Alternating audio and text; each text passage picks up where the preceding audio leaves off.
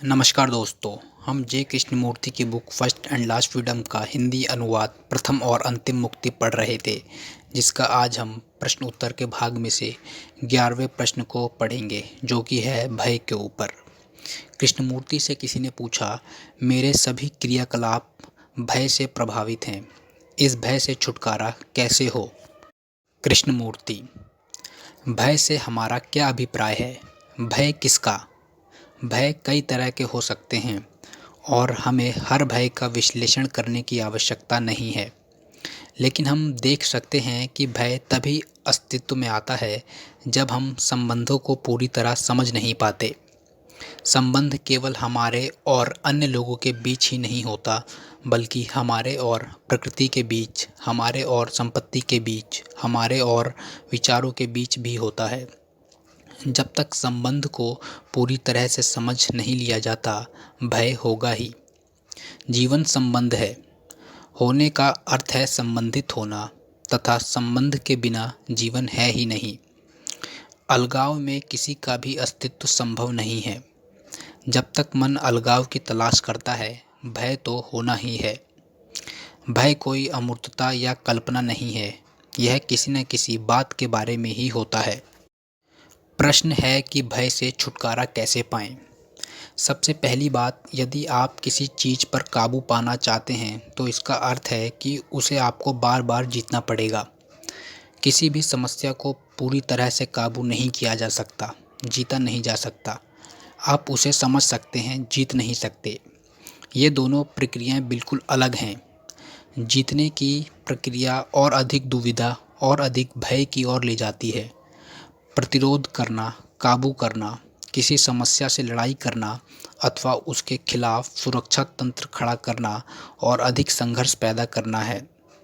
जबकि यदि हम भय को समझ सकें, कदम कदम आगे बढ़ते हुए पूरी तरह से उसकी तह तक पहुंच सकें, उसकी पूरी जांच पड़ताल कर सकें, तो भय किसी भी रूप में कभी भी वापस नहीं लौटेगा। जैसा कि मैंने कहा, भय का पृथक अस्तित्व नहीं होता, वह किसी न किसी संदर्भ में ही होता है। भय से हमारा क्या अभिप्राय है? आखिरकार हम भयभीत तो हैं, हम कुछ नहीं हैं और कुछ बन भी नहीं रहे, इसका हमें भय है। जब कुछ ना होने का, आगे ना बढ़ने का या अज्ञात का, मृत्यु का भय हो, तो क्या उसे किसी निश्चय से, किसी निष्कर्ष से या किसी चयन से काबू किया जा सकता है? बिल्कुल नहीं। मात्र दमन, उद्यतीकरण या विकल्प तो और अधिक प्रतिरोध लाता है। इसलिए भय पर किसी भी प्रकार के अनुशासन, किसी भी प्रकार के प्रतिरोध द्वारा काबू नहीं पाया जा सकता। इस तथ्य को साफ तौर पर देख लेना चाहिए, महसूस कर लेना चाहिए। भय को ना तो किसी प्रकार के सुरक्षा तंत्र या प्रतिरोध से काबू किया जा सकता है, ना ही किसी उत्तर की तलाश के जरिए, और ना ही बौद्धिक या शाब्दिक व्याख्याओं द्वारा भय से मुक्ति पाई जा सकती है। तो हम डरते किससे हैं? क्या हम किसी तथ्य से डरे हुए हैं या उस तथ्य के बारे में बनाई किसी कल्पना या सोच से? क्या हम उस वस्तु स्थिति से भयभीत हैं या हम उस सोच से भयभीत हैं जो हमने उसके बारे में बना रखी है? उदाहरण के लिए मृत्यु को ही लें। क्या हम मृत्यु के तथ्य से डरते हैं या मृत्यु के बारे में बनी सोच से? तथ्य एक बात है और उस तथ्य के बारे में कल्पना दूसरी बात। मैं मृत्यु शब्द से डरा हुआ हूँ अथवा मृत्यु से।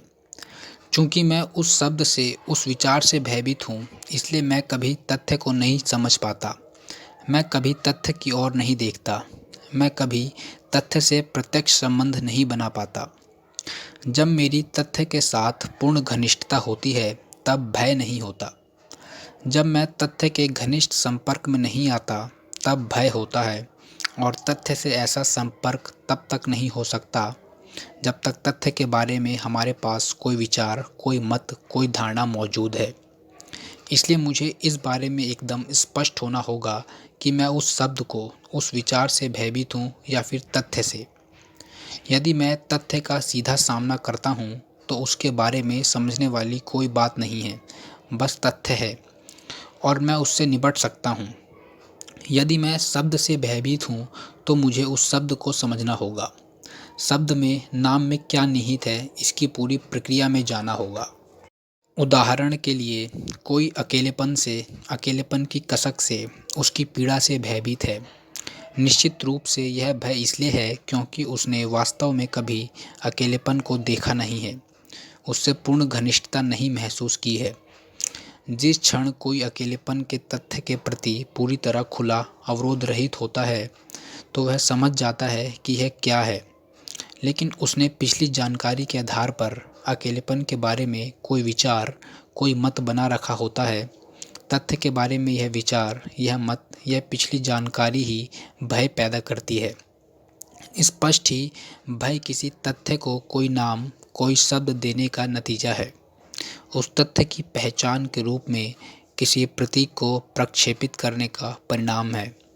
अर्थात भय की शब्द से, नाम से स्वतंत्र कोई सत्ता नहीं है।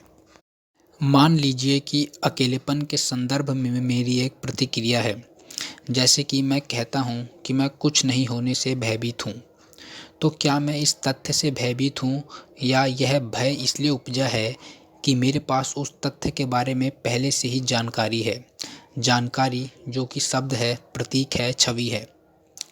तथ्य से भय कैसे हो सकता है? जब मैं तथ्य के आमने सामने होता हूँ, उसके प्रत्यक्ष संपर्क में होता हूँ, तो मैं उसे देख पाता हूँ, उसका अवलोकन कर पाता हूँ। इसलिए उस तथ्य का कोई भय नहीं होता।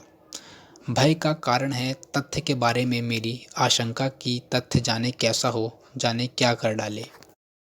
तथ्य के बारे में मेरा मत, मेरा विचार, मेरा अनुभव, मेरा ज्ञान ही है जो भय को निर्मित करता है। जब तक तथ्य को शब्दीकृत किया जा रहा है, शब्दों में ढाला जा रहा है, जब तक तथ्य को नाम देकर उसको पहचान दी जा रही है अथवा उसकी आलोचना की जा रही है, जब तक विचार एक निरीक्षक के तौर पर तथ्य का मूल्यांकन कर रहा है, भय तो होगा ही। विचार अतीत की उपज है। यह मात्र शब्दों में ढलकर प्रतीकों, छवियों के माध्यम से ही अस्तित्व में रहता है। जब तक विचार तथ्य का आकलन या उसकी व्याख्या कर रहा है, भय होगा ही।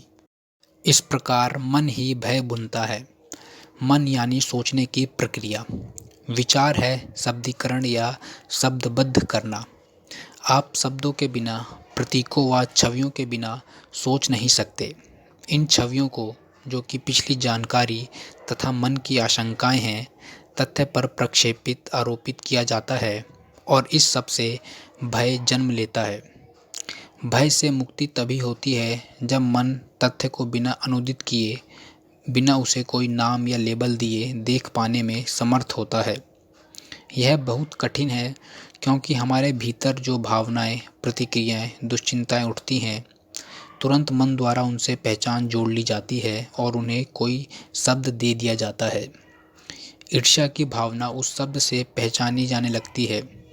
क्या यह संभव है कि किसी भावना से कोई पहचान जोड़े बिना, उस भावना को कोई नाम दिए बिना उसे देखा जा सके? किसी भगवान को कोई नाम देना ही उसे निरंतरता देना है, बल देना है। जिस क्षण आप उस भाव को कोई नाम देते हैं, जिसे आप भय कहते हैं, आप उसे और ताकत दे देते हैं। लेकिन यदि आप उस भाव को कोई नाम, कोई शब्द दिए बगैर देख सकें, तो आप पाएंगे कि वह मुरझा गया, बिखर गया। अतः यदि कोई भय से पूरी तरह मुक्त होना चाहता है, तो उसके लिए शब्द देने, प्रतीकों व छवियों का प्रक्षेपण करने तथा तथ्यों को नामांकित करने की इस समग्र प्रक्रिया को समझ लेना अनिवार्य है। भय से मुक्ति तभी हो सकती है जब स्वयं को देखा जाना जाए। यह स्वबोध की प्रज्ञा का आरंभ है और यही भय का अंत भी है। तो दोस्तों, यह प्रश्न यहीं ख़त्म होता है। उम्मीद करता हूँ आपको अच्छा लगा होगा और समझ में भी आया होगा। अगर अच्छा लगा तो वीडियो को लाइक करें, चैनल को सब्सक्राइब करें and finally thank you for your valuable time.